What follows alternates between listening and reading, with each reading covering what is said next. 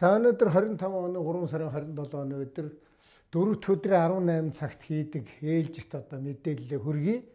24 дахь удаага би Сонгон хайрхан дүүргийн иргэд бас одоо Монголынхаа иргэдтэй бол харилцаж байгаа шүү. За улсын хурал дээр юу болж байгаа, манай дүүрэг дээр яаж байгаа, ямар асуудал, ямар байдлаар шийдэгдэж байгаа тухай байнга шуурхай мэдээлэл өгж байгаа. За та нар маань энэ 79 96 11 11 гээд манай Алтуугийн ажлын албаны утас руу бас саналаа явуулаарай. За энэ Сонгон хайрхан дүүрэг бас ийм шуурхай утастай болцсон. Тэрлэг бас саналаа явуулж байгаа. За өнгөрсөн 7 хоногт бид нар бас цагдаагийн дарагтаа нөгөөх манай Сонгон хайрхан дээр яригдаад байгаа байр орон сууц барьж өгнө, орон сууц барьна гэдэг мөнгөний аваад одоо болтол мөнгө төгрөгийг өгөхгүй байгаа. Кид апартмент за хажууханд нь бас хөөхтэй идгээд байгаа. Энэ асуудлаар уулзсан, хохирогчдын төлөөлөгчд уулзсан. Тэгээд энэ манай сонгон дээр болоод байгаа асуудлыг мөрдөн байцаах одоо газар дээрээ татаж аваад одоо шуурхай шийднэ гэсэн. Тэгэхээр энэ асуудал ингээ явж байгаа шүү. Одоо тэр мөнгө төгрөгийг аваад орон сууцаа барихгүй байгаа нөхдүүд одоо яахан бас ажиллаараа. Хоёр дахь нь бол дүүргийн газрын асуудлаар маш их олон удаа намраас хойш зөндөх асуудал цугласан байгаа.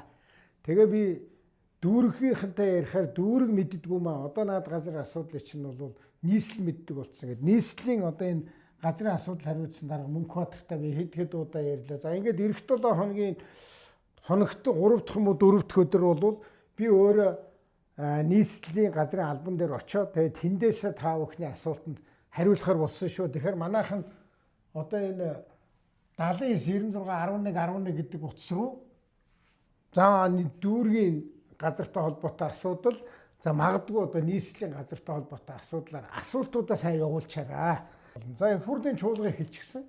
Их хурлын чуулган дээр нэлээд олон асуудал явж байна. За нэг асуудал нь бол за хүний эрх чөлөөг хангах шудраг усыг тогтоох чиглэлээр за одоо би хууль зүйн байнгын хорооны гишүүн байдаг.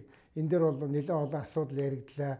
Эрүүгийн хууль, эрүүгийн байцаа шийдэх хуультай холбоотой амьдрал дээр яаж хэрэгжээд байгаа юм, хүнд яаж ялгууртай үйлчлээд байгаа юм нэлээд олон асуудлууд бол яригдсан. Би одоо ерөөсөө энэ шудрагаас хүний эрхийн асуудлаар одоо энэ байнгын хороон дээр дахиад үгээ хэлээ цаашаа ажиллаад явнаа. Иргэд одоо ингээд үндсэн хуулийн цэцэд одоо гомдол гаргаад нэг асуудал бол яригдсан. Тэр бол энэ улсын хурлын гишүүд чинь одоо сонгуульд өгөхөр нэг их хурлын гишүүний тайлан тавьж гин гэдэг ингээд байдаг. Энэ ер нь зөв юм уу, нэг баахан материал тараагаал ингээд байдаг. Тэгэхээр би хувьдаа бол манай цэцгийн гаргасан энэ их хурлын гишүүн тайлан тавьж гин гэдэг нэрийдлэр одоо илүү давуу байдал олж аваад байгаа. Бусад нэр дэвшигчдээс арай илүү давуу байдал олж аваад байгаа явдал бол үндсэн хууль зөрчиж байгаа маа гэж үзсэн байлээ. Би тэрнийг бол зөв зүйтэй гэж үзэж байгаа. Ер нь зүгээр их хурлын гишүүд маань үнэхээр ард түмний төлөөлөгч байгаад их хурлынхаа гишүүнийхээ ажлыг өдрөөхөл хийж явах хэрэгтэй. Одоо би намраас хойш 24 дахь удаага та бүхэнтэй ингээ харьцаа тайлангаа тавиад ирсэн асуудлуудыг чинь энэ утсан дээр ингээд сонсоод буцаад ингээ хэлээд явж байгаа. Зөвхөн тойрог гэхгүй байгаа штэ. Улсын хурлын гишүүн бол бүх ард түмний элч төлөөлөгч учраас надад бусад өөр олон газруудаас олон санал ирж байна.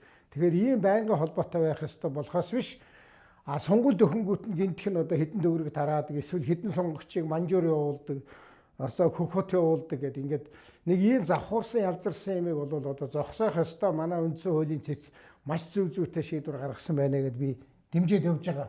За би ингээд одоо бас энэ чуулган дээр болж байгаа асуудал та бас ярихгүй байна. Тэр асуудлаар ганц хоёр юм хэлж байгаарэ гэсэн би өнөөдрөөс эхлээд ингээд ярианыхаа төгсгөл дээр нь чуулган дээр болж байгаа зарим нэг асуудлаар товчхон бас мэдээлэл өгчээд байя. За ингээд өнөөдрийн 4.18-ийн 24 дахь дугаар өндөрлж байна.